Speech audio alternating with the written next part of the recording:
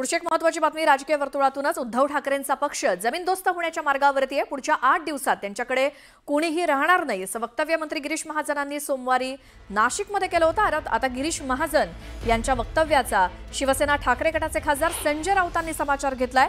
गिरीश महाजन यांचा पक्ष मुळात जागेवरती आहे का?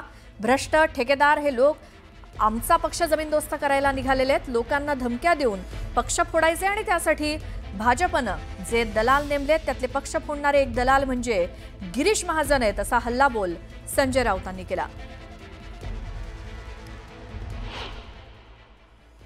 उद्धव बाळासाहेब ठाकरे गट आहे। हा गट मला वाटतं आता जमीनदोस्त देशद्रोह होण्याच्या मार्गावर आहे। नाशिकला आता ते संघटनात्मक सगळ्या गोष्टींवर चर्चा करून गेले। त्यांच्याकडे तर तुम्ही बघा या 8 दिवसामध्ये कोण राहील कोण राहणार नाही म्हणून।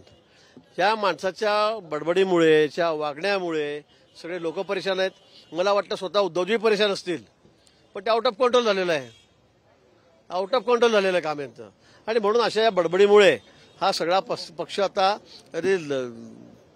म्हणजे मी सांगू शकत नाही, मला शब्द नाही त्यांच्याबद्दल, पण हा पक्ष संपवण्यासाठी मला असं वाटतं की संजय राऊत पुरेसे आहेत। तुमचा पक्ष जमिनीवर आहे का? हे जर सगळे बाहेर काढले तुमचा पक्ष कुठे आहे? हातात पोलीस आहेत, पैसे आहेत प्रचंड, टेंडरबाजीतून खंडणीतून, आणि त्या ताकदीवर लोकांना धमक्या देऊन पक्ष फोडायचे। आणि त्यासाठी जे दलाल नेमलेले आहेत भाजपने, त्यातले एक दलाल म्हणजे गिरीश महाजन।